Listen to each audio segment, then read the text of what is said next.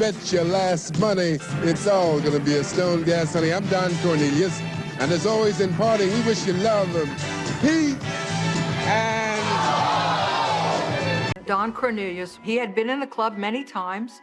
Many people saw him, so they didn't have any fear at the time. We've just learned that the original host of the television rock and roll and dance show, Soul Train, is dead from a self-inflicted gunshot wound. Before the cameras, before the fame, Don Cornelius was a voice chasing purpose. A cool Chicago kid who turned a local dream into Soul Train, the heartbeat of Black America. Every weekend, he gave the world rhythm, pride, and a reason to dance. But behind the sharp suits and smooth baritone was a man consumed by control, secrets, and silence. It was horrible, horrible. And as Playboy rules were, you couldn't call the police. You call the mansion and Joe Piastro. And the show made him immortal. The pressure made him unravel. In the end, the same visionary who gave joy to millions couldn't escape his own darkness. Proof that even legends can be broken by the worlds they build. Anybody you can think of who is black, who works in television, who owns the show, and who has the title of executive producer, came after Soul Train. Back in the day, there was one show that completely changed what TV looked like. It was called Soul Train, and it came from the brain of Don Cornelius, a man who wasn't just trying to make a show, he was trying to change the game. Soul Train wasn't just music and dancing, it was a full-on celebration of black culture when the world wasn't giving it any space. From smooth Motown acts to funky bands and the early hip-hop crowd, the show turned weekends into a party that actually meant something. Before all that fame, Don was just a kid from Chicago trying to figure life out. He grew up during segregation, saw how the system boxed people in, and refused to stay put. After school, he joined the Marines, came back home, and bounced around regular jobs, insurance, side hustles, whatever paid the bills. But none of it stuck. What really pulled him in was radio. That power to grab people's attention with just a voice. He took a chance, studied broadcasting, and landed a spot on local radio. That smooth baritone started getting noticed fast. Then he hosted a short TV segment about the black community, and that's when the spark hit. Why not build something where black artists could perform, look good, and own the spotlight? That idea turned into Soul Train. It started out small, filmed in Chicago with almost no money, but the energy was too strong to stay local. Don took it to LA, got it syndicated, and boom. Suddenly, Soul Train was everywhere. Every weekend, people tuned in to watch the dancers, the outfits, and the artists who finally had a stage that felt like theirs. Don became the face of it all. Cool, calm, always dressed like he had somewhere important to be. He moved like he knew the moment was bigger than him, and in a way, it was. Soul Train became the sound, the look, and the heartbeat of an entire generation that finally got to see itself on screen. We approached him, and we asked him to pay us, and he wouldn't pay us. And that kind of broke my heart a little bit. When we asked to get paid, he kicked us off the show. Behind all that charm, Don was kind of a control freak. He ran Soul Train like a one-man empire. Everything had to look perfect.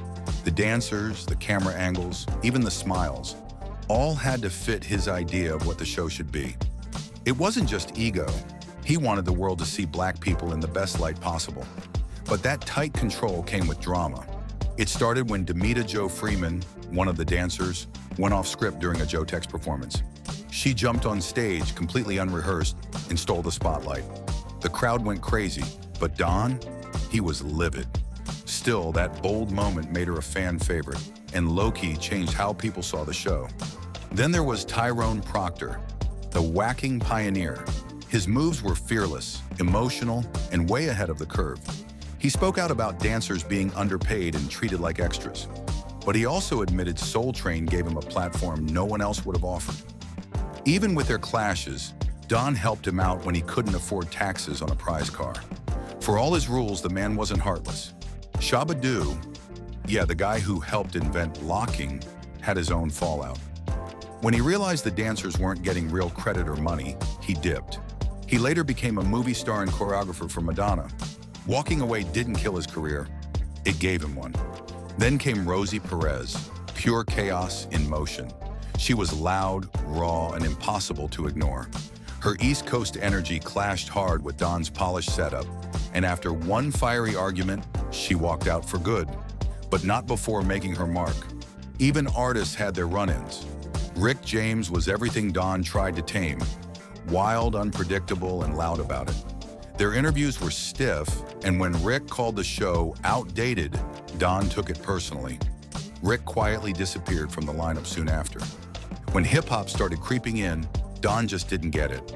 The rhymes, the flow, the attitude, it wasn't his thing. Watching the Sugar Hill Gang perform felt awkward. He looked like a man trying to understand a new world. Same with Curtis Blow. Don introduced him, but couldn't hide that he didn't really see what the fuss was about. Even though he later made room for rap, Don's heart stayed in that clean-cut soul era. Suits, smiles, and slow jams. The world moved on, and eventually Soul Train did too. But no matter how much it evolved, it never stopped being his baby. It was horrible, horrible. And as Playboy rules were, you couldn't call the police. You call the mansion and Joe Piastro. And Years later, a story came out that completely shook how people saw Don Cornelius. In a documentary called Secrets of Playboy, a former Playboy bunny named PJ Maston made a claim that stopped people in their tracks. She said Don wasn't just another famous guest at the Playboy Mansion. He was one of the VIPs, the kind everyone treated with extra respect. According to her, one night, two new sisters who had just started working there caught his eye. He invited them over after a party, and they left with him in his Rolls Royce. They didn't come back for 3 days. When they finally showed up again, Maston said they were barely holding it together, bruised, quiet, and terrified. The story she told was disturbing. The sisters said they had been locked up, drugged, and assaulted. One of them claimed she could hear the other screaming through the walls. It was the kind of story that could destroy someone's legacy in seconds. But what made it worse was what supposedly happened after, or didn't. Maston said the Playboy staff told the sisters not to go to the police, that security would handle it. The women were silenced, and Don was back at the mansion soon after like nothing happened. Maston said she carried the guilt for years, feeling like she'd helped cover up something she couldn't unsee. When she finally spoke up, people listened, but not everyone believed. Don's son, Tony Cornelius, fired back, saying it was all false. There was no proof, no report, no charges. And legally, he wasn't wrong. Don was never charged or investigated for it. The story stayed just that, an accusation.